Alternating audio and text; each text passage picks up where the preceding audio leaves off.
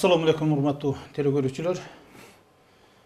Биздин бүгүнкү куттуу студиябыздын коноктору Кыргыз эл артисти, Ош мамлекеттик университетинин профессору Жолболду Алибаев жана Мухтарали Шамшиев мырзалар.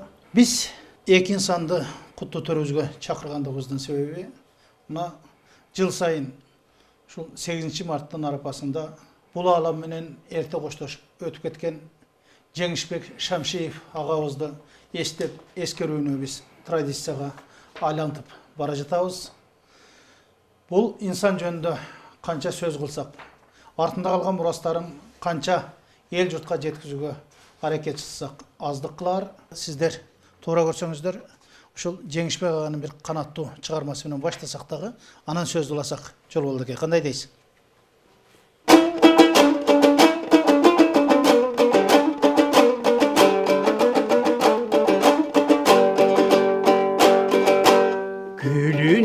Bizdi daldalap, günügü tosut alma bak.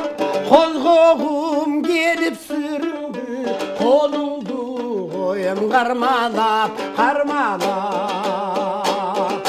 Kozgoğum gelip süründü, kolundu koyum karmalap, karmalap.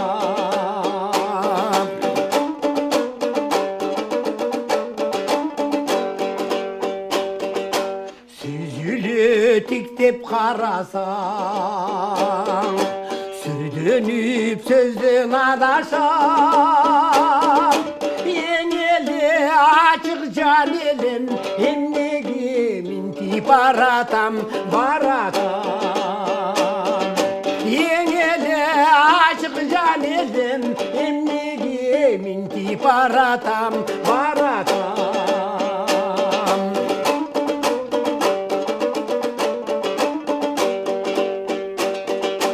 Hareket kılıp gündelik, aytayın desem bir demir.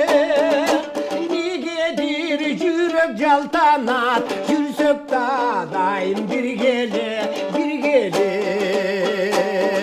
Nigedir yürek jaltanat, yürsök dağdayım bir gele.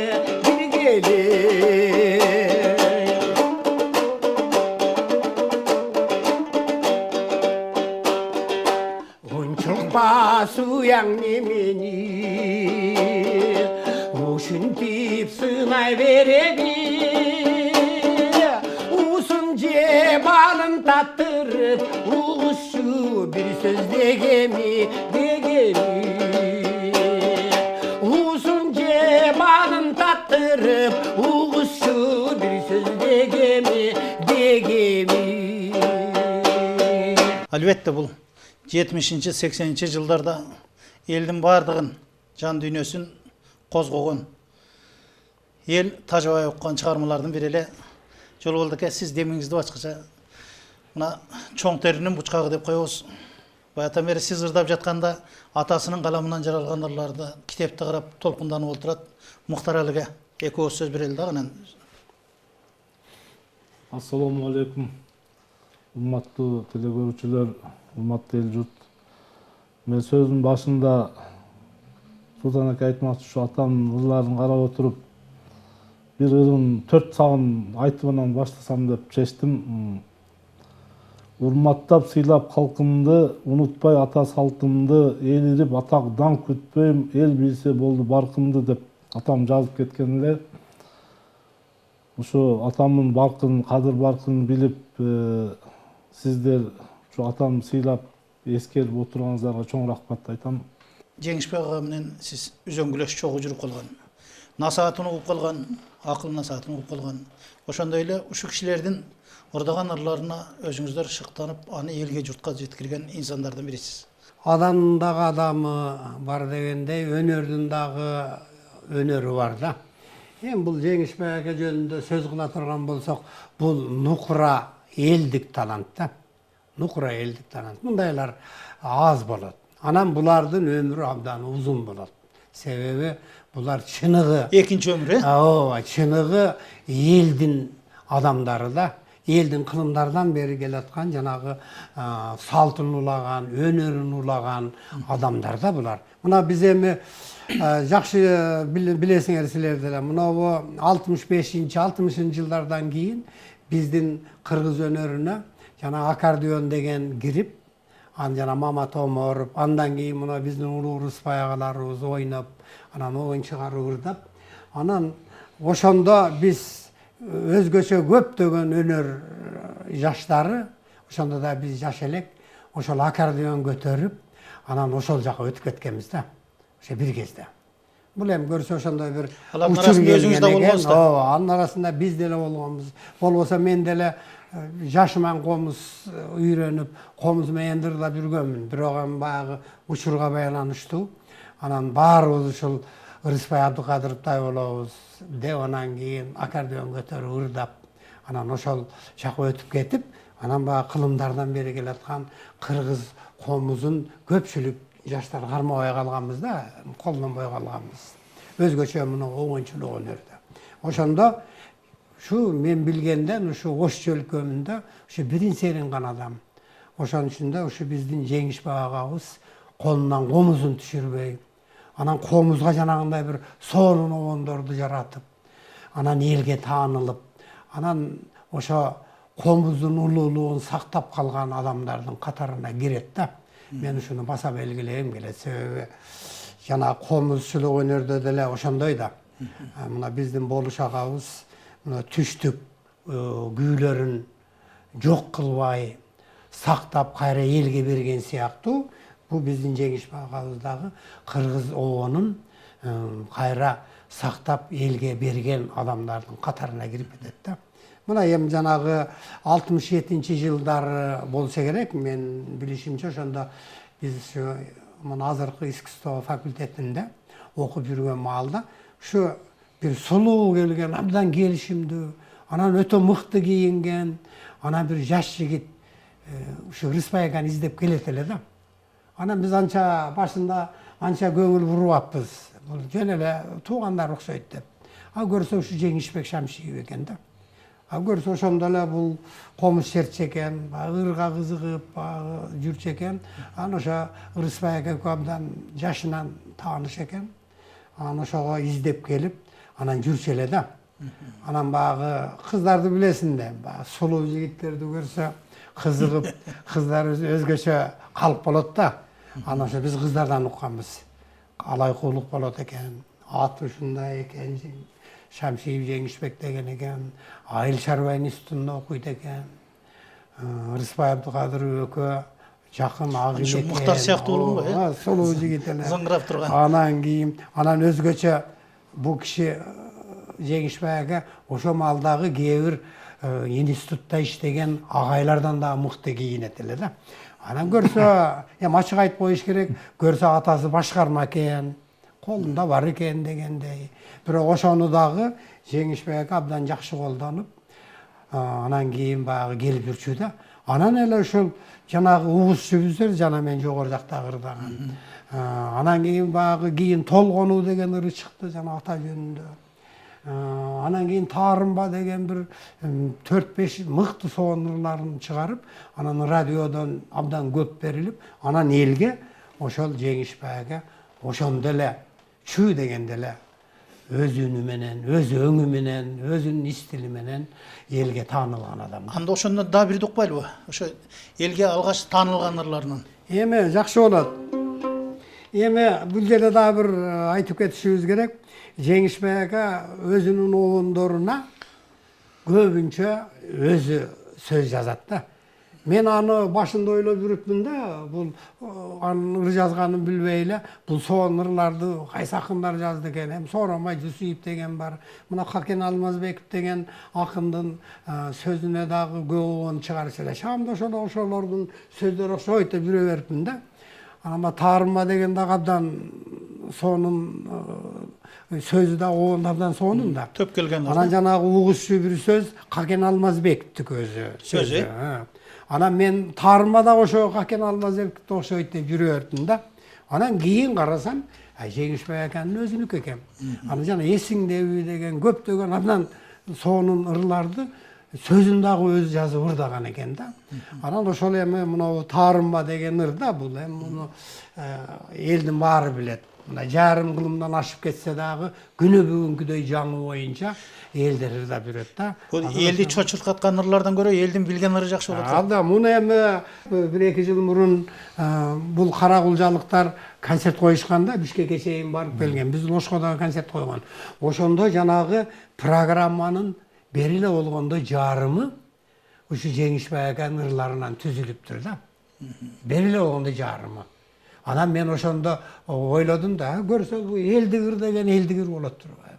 Эл эч качан танбайт экен да. Аны биз ал ойкуштатып, кайкыштатып, аны канчалаган ырларды жазып жүрөбүз.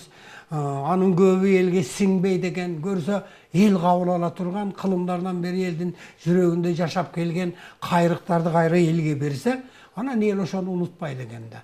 Эми ошол жанагы сөз обону Жеңишбек агабыздыкы ошо таарынба деген ырын ырдап берейин да.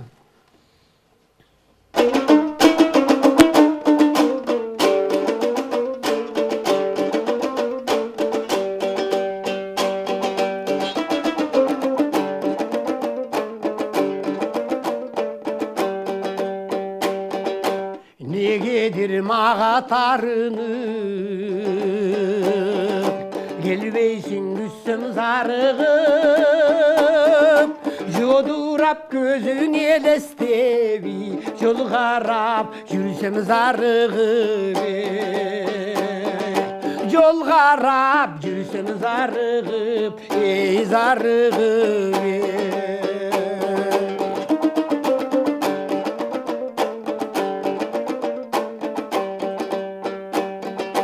Bilmeksem bolup jürösün,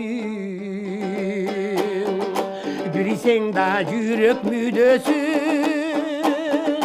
Geçirçi gelçi sügönünü, getirgen gemçilik günösünü. Getirgen gemçilik günösün, iyi günösünü.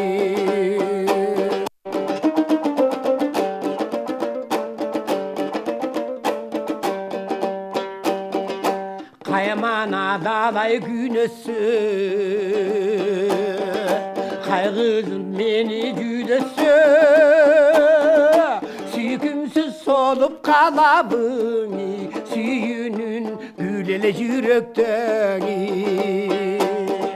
Süyünün gülü yürekte, iyi yürekten.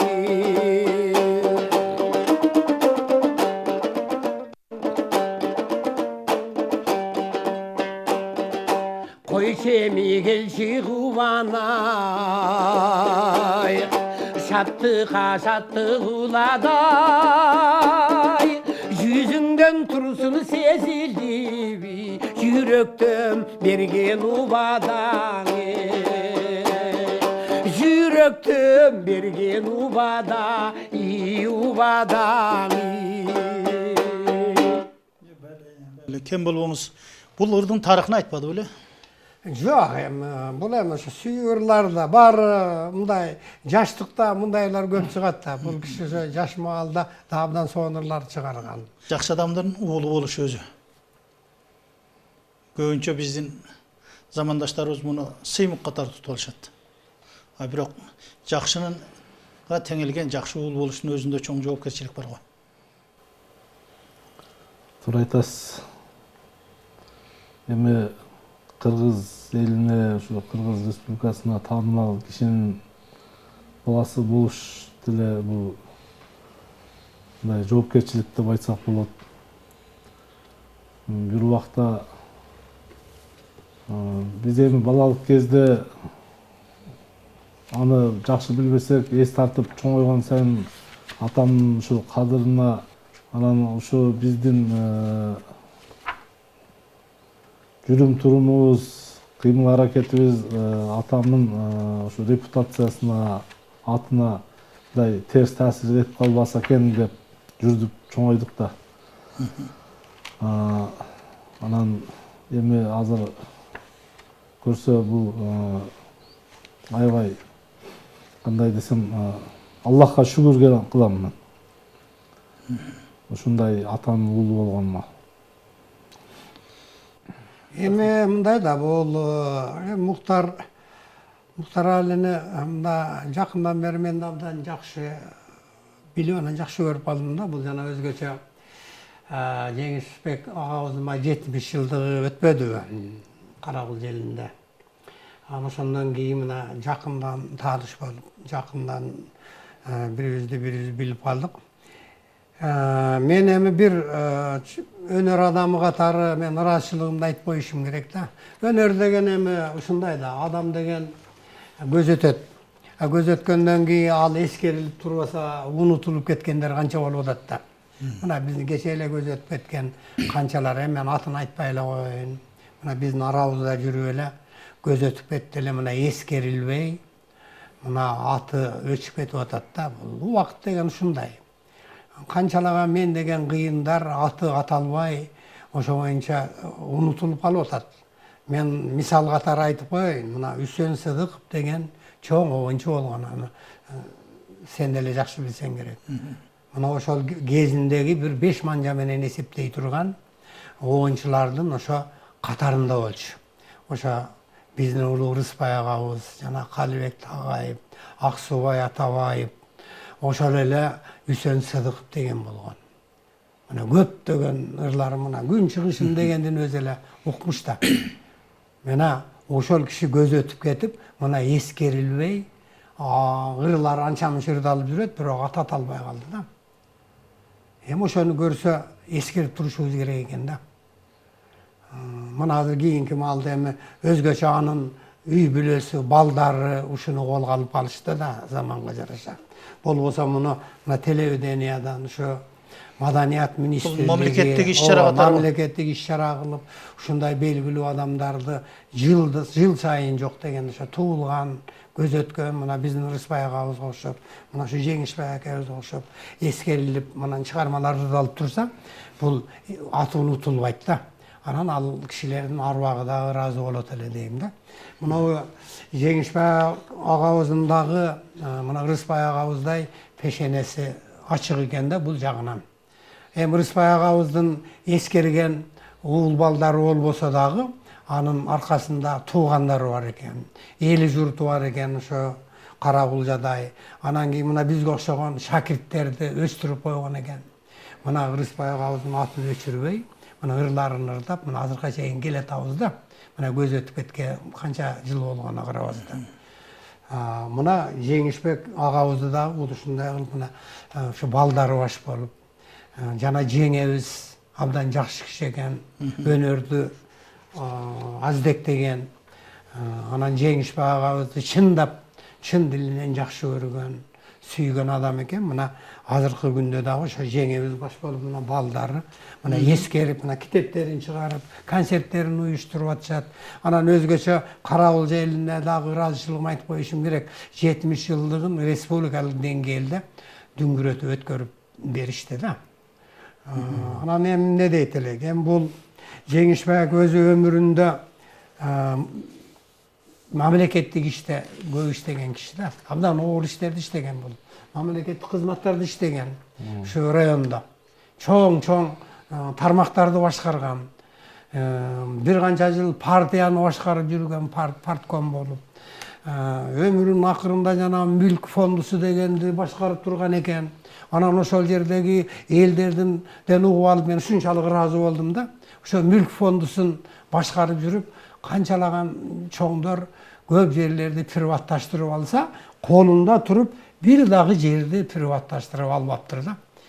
Ана бул эми кызматтык унаасын дагы жетиштирген эмес. Анан бул деген эми элдер кээ бирөөлөр ушуну туура көрбөгөн адамдар да бар да эми. Колунда болуп туруп ишин эме кылып, бул нарагынан таза адам да.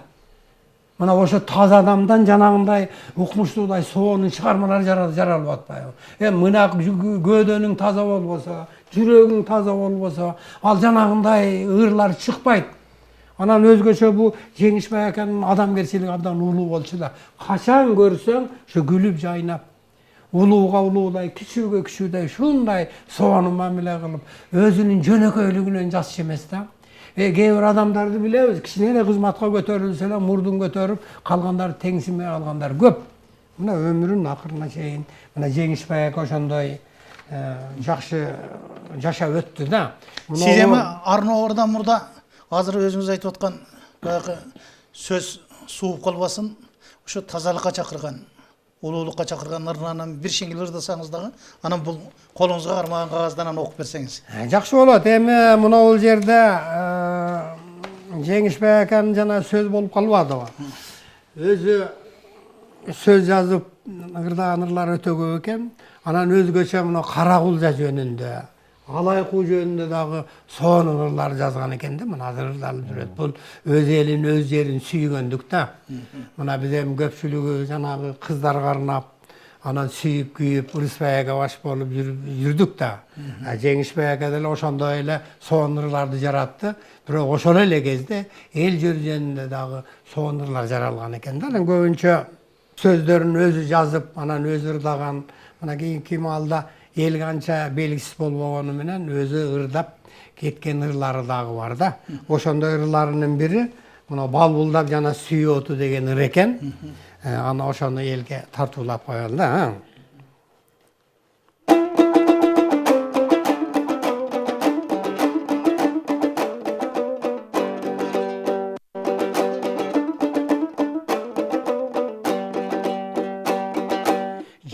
Жашоодо жаркын гүлдөгөн, жашасак деймини биргемен. Жаркылдап күлүп жашактым, жалындуу доорун сүрбөгөн. Жанаша басып жаркылдап, жан белен жигит сүйбөгөн. Жанаша басып жаркылдап, жан белен жигит сүйбөгөн.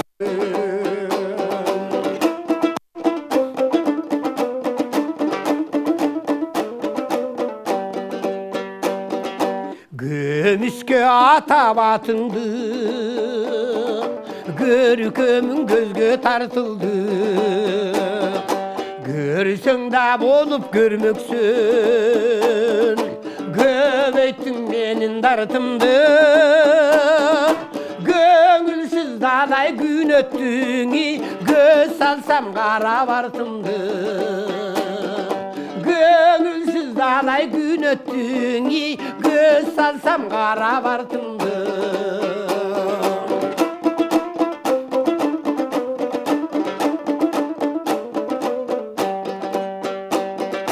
Балдамын татып сөзүңдүн, балкып бир нурга көзүңдүн. Байлансам деймин түбөлүп, байкагын сырын сөзүмдүн. Балбулдап жана сүй отуң, бар жок деп айтар өзүңсүн. Балбулдап жана сүй отуң, бар жок деп айтар өзүңсүн. Бар жок деп айтар өзүңсүн. Бәле, эми каалооңузду кыскартып жазып алган экенсиз. Жакшы. Урматтуу телекөрүүчүлөр, бул каалоо мына Толгонуу деген китептин ичине Жолболду аганын ошол агайына, агасына өнөрлөш, үзөңгүлөш замандашына жазган каалоосу китептин ичинде кеңири берилген. Ошондон кыскартып алгансыз го, Эми жакшы болот. Бул Жеңишбай ака жөнүндө мындан мурунда бир-эки жолу каалоо жазып, bir konsertlerinde anan özgöçe bunu ilgeri bir elge çıkarmasını konser bergen. Anan oşonda dağı жазып тамаша ретинде. Анан кийин ырларын ырлап берип, анан абдан ыраазы болгон да. Анан бул эми кече бул өзүнүн көзүнүн тирүүсүндө? Ооба, жок, ал мурунку. Бул эми көз өткөндөн 70 жылдыгында арналган көлөмдүүрөөк ыр эле. Азыр эми ушуну Жеңишбай агабыздын арбагы ыраазы болсун, кыскартып ушуну арнап коелу. Kılımdan beri gel atkan, kırgızdın göçün üzdürбөй, Koy togarmap koluna, komuzdu koldan düşürübey. Irdap çıkıp ağavız, ırıspaydım artınan, rahat suyu tartuğulap, rahmat uqqan kalkınan. Жеңішпек ырдайт дегенде, жетіне албай келішші, қоңғыро үнін ұққанда қорғошым болып ерішші. Қынтықсыз көркем жаралған, қылыштай өткір жанеле, қылтыңдап далай қыз келін, қызыққанша бар әле. Ыр менен аял жағынан, ырыспайға жетпейін деп, жол болды деген inimдin жолуна түшіп кетпейін деп. Baş kayal alam degenden başınan göğünü jatele. Bay biçem bolsa boldu dep baldarga barktu atele. Ezelki sulu verksizden esine tüsse buralıp işteki buğum bildirbey ırınan alçu çıgarıp. Irdım pirigadim ki ırıspay ağam baş bolup, İsiraddin Kuvanıç Mamat İbrahim kaş bolup, kan çalagan talantlar kalada jürüse toptoşup, Jеңişbek ağam ömür boyu jergesin kıybay koştoşup. Kara kulca konuştun kalkınan taap kadırdı, kıykırı ırdap kırlarda kırgızga bütün tanıldı. Ak kalpaktu kırgızdı, abanı menen sağıntı, ayılda jürüp sıyurmat, ardak lamdı bağıntı. Köç başı olup elinin, körördü emicir kaldı, köz ötüp getip düğünödön kömüskö dağlayır kaldı. Irak tatpay türüdön ırları ötüp küvölük, ırjandu ağam Жеңişbek ırında yaşayt tüvölük. Ертеңге тиет кереги, ескиге көңіл бұр дейбіз, ел жұрты дайым ушинтеп ескеріп ерде тұр дейбіз деген. Ошонун ичинде калып калган саптар, урматтуу көрүүчүлөр, мына бул жол болду.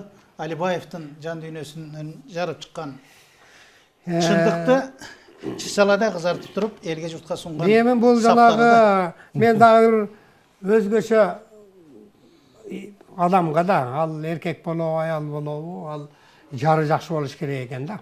Аялга деле, эркекке деле ошондой да.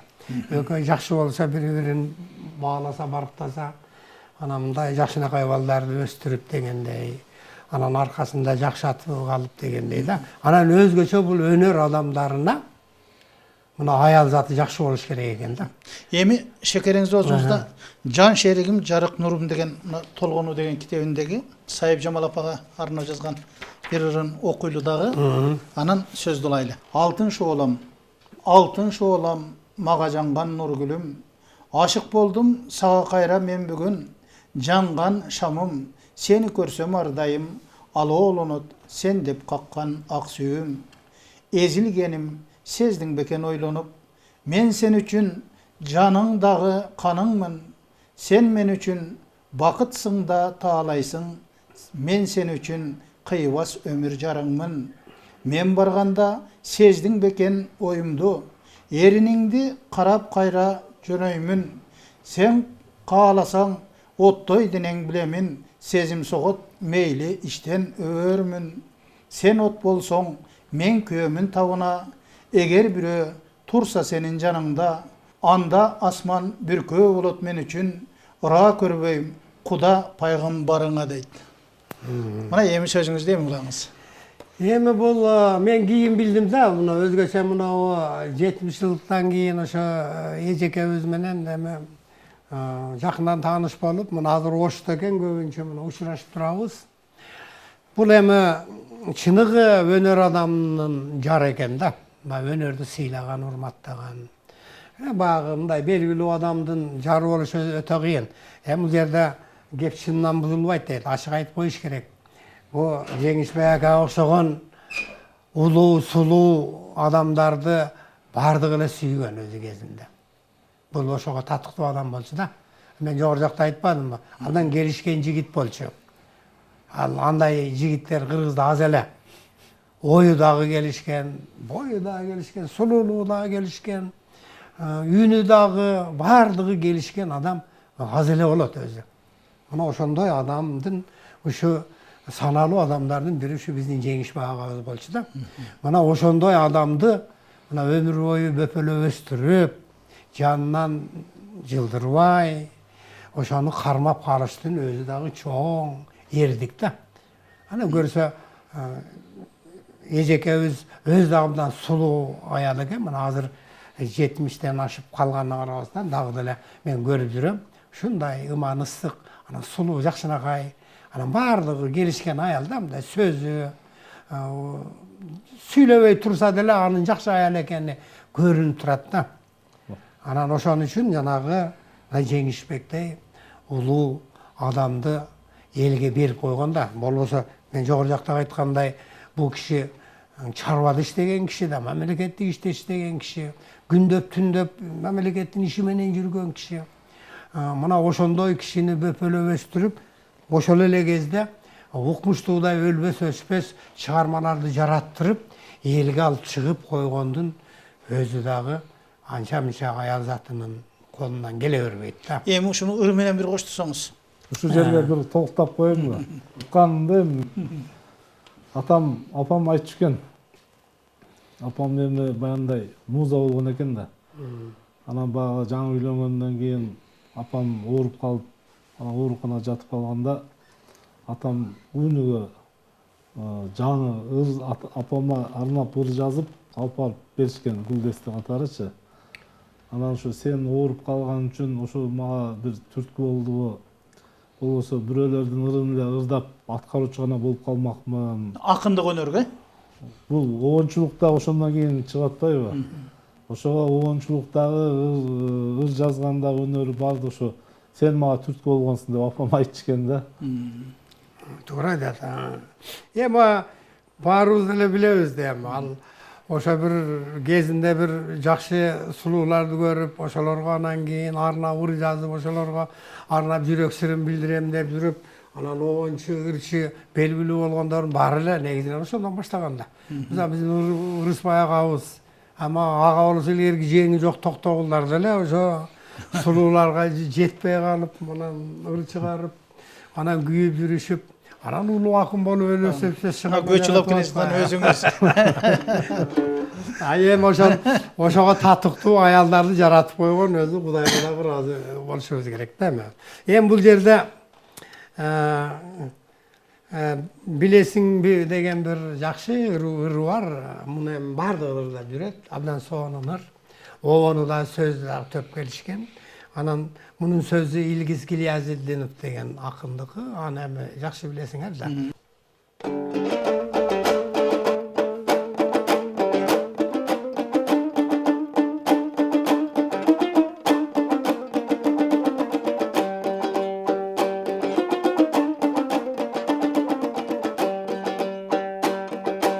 Terezeden tiktep jarıktı, termelüdön gözüm karıktı. Kütüp yetpey kalçuday, güder üzüp canım kamıktı. Güder üzüp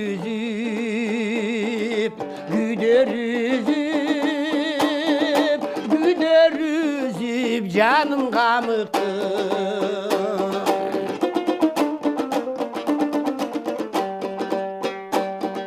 Al sübü menin arbağan, al ümittü meni aldağan. Kim günöge kılgan giripter, kişen delip çıgan albağan. Kişen delip,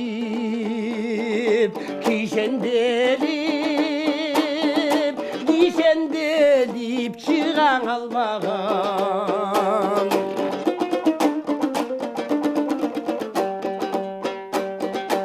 Ulu todoy bulut çulğağan, ulutunu pürö turdaran. Uvalımdan menin korkposton, uyku suyum sensin urdan. ырдаған uyku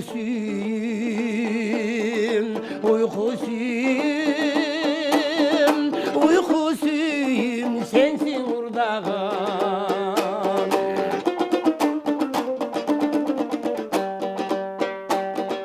ерке мұқта өшті жарығым емге кетіп кешке арыдым өшірсең да түнкі шамыңды өшіріп сүй жадыным өшіріп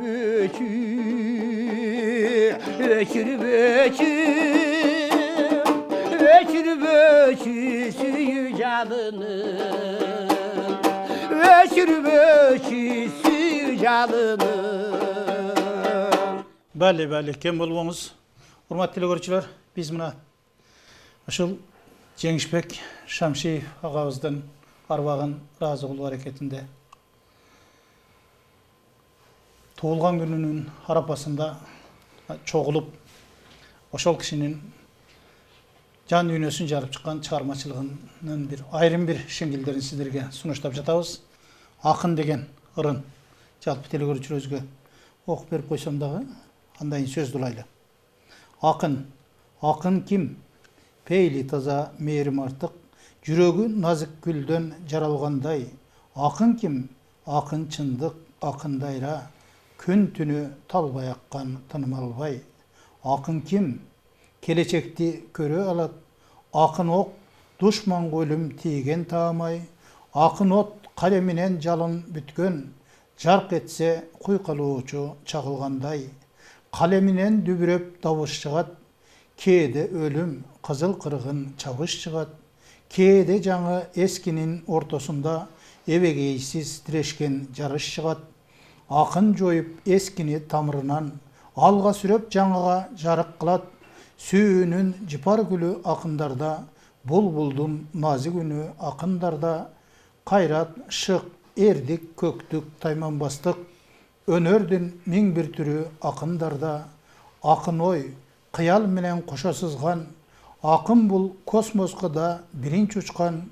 Акындар жаңыларды мурда көрөт, а бирок акындык жол бөлөк-бөлөк. Акындын алдуусу бар, алсызы бар, колунан алдуу, алсыз гүлдөр өнөт. Алдуусу унутулбай кылымдарга, бүгүндөн түбөлүккө кетет жөнөт дейт. Ошол өзү айтып турбайбы? Мен дагы ошо мурун Жеңишбек аканын жанагындай ыр жазып жүргөнүн жакшы билбейт элем да.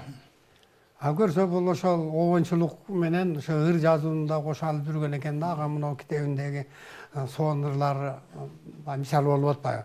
Эми бул жерде ушунча болду. Бул чыгармачыл адамдардын кээ бир жанагы тигиндей мындай жактары да бар да. Болосо улуу болбойт да.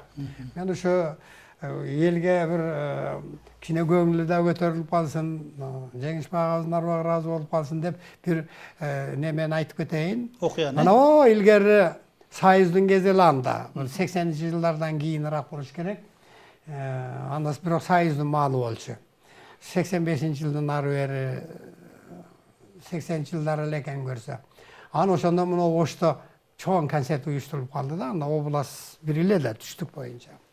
Чоң концерт уюштуруп, Рыспай агабыз баш болгон мына түштүктөгү эл журт тааныган анда көп эле да бардыгын топтоп анан элге мен билгенден 4 күн катарынан чоң концерт берилген да. Ошондо Жеңишбек агабыз кайсы бир жакта жүрүп, анан кечигип калышы мен билгенден акыркы концертке келди. Анан келип калган экен. Анан эми баягы мен мында ачыгын айта бериш керек, бир кыйла кызуу экен да Жеңишбек ака. Анда баарыбыз эле неме алып жүрчүбүз. Анан кийин Жеңишбек аканын анан кийин биз сүйлөшүп отуруп, көңүл жакындар. Рыспай ака баш болуп, эми ырдабай эле коем деп баягы неме кылсак майли деди эле. Анан бир маалда эле анан карасак сахнага чыгып алыптыр. Ырдап атат кадимкидей жак. Ошондо мен ушундай ыраазы болгонум азыркыга чейин таң калам да. Мына ошондо Рыспай агабыз бир 2-3 ырдады, биз бир 2ден ырдадык мисалы үчүн. ырчылар көп. Ой, жеңишпеге чыкса жанагындай немелерин элдер кайра сурап, şu men bilgenden bir 4'tü 5'ti sakınadan çıkarmayı ırdatıştı da. Görse elder ol talant kanday, nemede olmasın, avalda olmasın, el jakşı görür degen da. Muna oşondo men şu abdan razı bolgom da, men anda neseni abdan bağı az ele gördük turmuşubuzda. Biz hem bağı sayızın nemesinden kişine bir nese olsa korkup turşubuz da.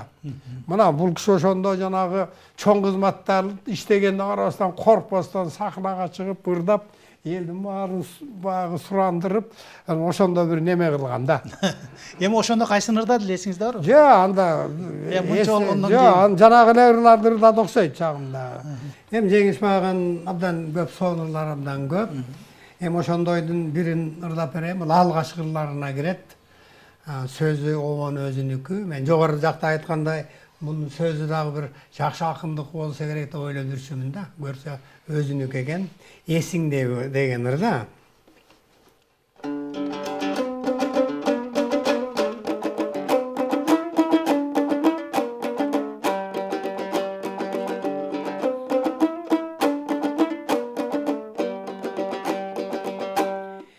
İstesem menden bölünböy, en nazik yumşak gönüllüy. Erçetip ketip arattın, elesin gözgö görünböy. Eştinçlik bermedin, tolkunga termedin, belgisiz gözgö görünböy.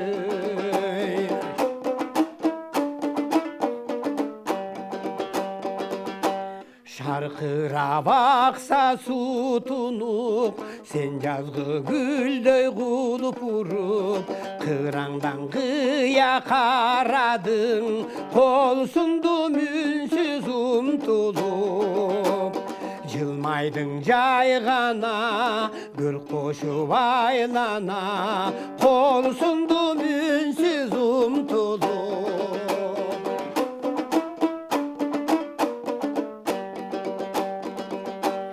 Elestep jattım ötkündü, ezilip yürek örtündü. Sıymıktap bizdi salkın jer, sıladı jaşıl çöptürdü. Alıstan koş toştum, argasız koş toştum, al olup yürek örtündü.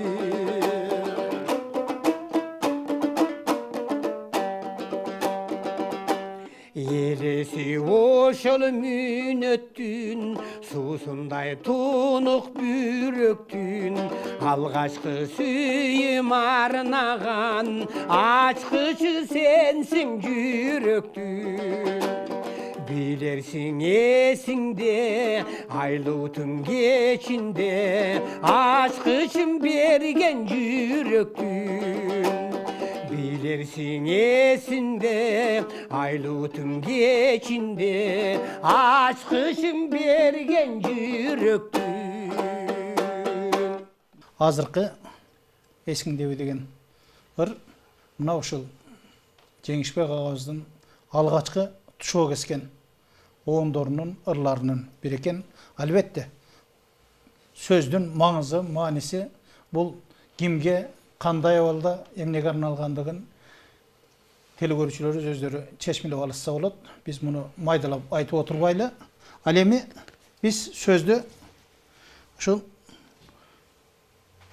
Кыргыз эл баатыры, Кыргыз эл акыны Сооронбай Жусуевдин жүрөктүн кандыр моокумун деп жазган Жеңишбек ага арнаган канаттуу саптарын окуу менен аралатсак деп жатабыз. Жүрөктүн кандыр моокумун Жеңишбек Шамшиевке. Эштенген учкул кыялдан эл сүйөр оон чыгарган, атактуу сендей ырчыны алайкуу таптап чыгарган, алайкуу ата конушуң, арчадан чапкан комузуң, ала тоого тараттың алайкуунун добушун, атыңды алыс уктуруп, арзыган сыйлык уттуруп, алайкуунун суусундай арырың мөлтүр туптунук, Таң атса тоодон дық салып, таңчысаң эргип шықтанып, айдарым желдей авазың алайқу турат жыттанып. Шық туылар ыйық тоосунун, қиырға жеткір шоқымын, жүрөктөн чыққан ыр менен жүрөктүн кандыр моокумун дейт. Бу Жеңишбек ага мындан ашыра баа берген эч ким болушу дагы мүмкүн эмес го. Биз анда бүгүнкү Жеңишбек аганы эстеп эскерүү көрсөтүүбүздү бир жыйынтыктай тартып, алгач уулу катары Мухтар Али мырза, өзүңүз бир элге журтка айтчу сөзүңүздө, жан дүйнөңүздөгү топтолгон оюңузду айтсаңыз дагы, андан кийин сиз ойду жыйынтыктасаңыз. Бул китепте жазылган, китепте топтолгон ырлар жыйнагындагы обондору, аудио, бардык ырлардын аудио запистери калбай калган экен. Биз топтоп жүрүп бир 40тан ашыгыраагын топтогонбуз. Аны интернетке жайгаштырганбыз. Шамшиев KG деген сайтка кирип аны көрсөңүздөр болот. Ал жерден жүктөп алып угуп жүрсөңүздөр болот күйөрмандарга. Анан ырлардын текстери бардыгы берилген бул сайтта. Атамдын өмүр баяны, сүрөттөрү, жана Жолболду ака айткандай атамдын жаш кезиндеги сүрөттөрүнөн баштап өмүрүнүн аягына чейинки болгон, бардыгы эмес, айрым сүрөттөрүн урунтуучуларды. Анан дагы толукталып турат. Азырынча ноталар киргизилген жок. Азыр ушу ырлардын текстери, анан аудио запистер киргизилген. Анан ушу атамы унутпай дайыма эскерип жүргөн сиздерден Аллах ыраазы болсун. Жеңишбек агабыз жанагы түбөлүк кыргыздын жүрөгүнөн түнөк тапкан адамдардын катарына кирет да. Мына кыргыз канча жашаса, Жеңишбек аканын аты ошончолук жашайт. Ал ырларында жашайт. Себеби Жеңишбек агабыздын ырлары өзгөчө ырлар. Кыргыздын каны жанынан жаралган, кыргыз жыттанган ырлар да. Ошон үчүн эмне дейт элем, эми Жеңишбек агабыздын жаткан жери жайлуу болсун, арбагы ыраазы болсун. Ал эми ошо Жеңишбек агабыздын атын өчүрбөй туу тутуп алып жүргөн ушу мына Мухтар Али баш болгон балдарына эжебизге Кудай узун өмүр берсин. Эл журтка, өзгөчө Каракул желине, Алайку элине мен ыраазычылыгымды билдирип коюшум керек. Булар ар дайым ушу талантты унутпай, ар дайым эскерип, туу көтөрүп жүрүшөт. Анан эми кыргыз элибиз эсен болсун. Ошо ыр жандуу кыргыз элибиз. Кыргыз эли канча жашап, баягы жарыкта жашап турса, Жеңишбек агабыз дагы ошончолук жашайт. Анан өзгөчө эми телевиденияга силерге чоң рахмат. Ар дайым эскерип, улуу адамдарды эскерип жүрөсүңөр. Кудай дагы силерге ошо ыраазычылыгын берсин. Эми баарыбыз эсен бололу. Рахмат, айтканыңыз келсин. Урматтуу көрүүчүлөр, биз менен бүгүнкү маектөрдө Кыргыз эл артисти, Ош мамлекеттик университетинин профессору, Кыргыздын экинин бири болгон өнөр инсаны Жолболду Алибаев агабыз жана Жеңишбек Шамшиевдин уулу Мухтар Али мырза болду. Сиздерге да ишиңиздерде ийгилик болсун, жакшылыктар болсун. Алла таалам бардыгыбызды жакшы ниет тилектерде үзөңгүлөш кылганды насип этсин дейли. Ал эми мына ушул бүгүнкү ушундай жакшы эстеп эскерүүнү Ош ТВнын ынтымактуу жамааты жетекчиси Керим Калыкулов мырза баш болуп, мына 2 жылдан бери улам жаңыртып колго алып, улуу ишти, улуу инсанды эскерүү ишин улантып келе жатышат. Албетте, мунун бардыгы улуулукка болгон, бийиктикке болгон, өнөр инсанына болгон таазим деп түшүнүңүздөр. Ал эми жогоруда Жолболду айткандай, Жеңишбек агабыздын арбагы ыраазы болсун. Алла таалам ошо артында калдыргандарга берген эң улуу вазифа тапшырма ушул экен. Өткөндү эстеп эскерип, арбагын ыраазы кылып туруп экен. Биз дагы Кудай буйруса алдыда дагы Жеңишбек ага тууралуу далай сөз кыларбыз. Дагы сөз далай бул кишинин эл журт али бир элек чыгармачылыгындагы бийиктиктерди сиздерге жеткирүүгө аракет жасайбыз деген ниет тилек менен бүгүн көрсөтүүнү жыйынтыктайбыз. Кийинки жакшылыктардан, кийинки эфирден амандашканча саламатта калыңыздар.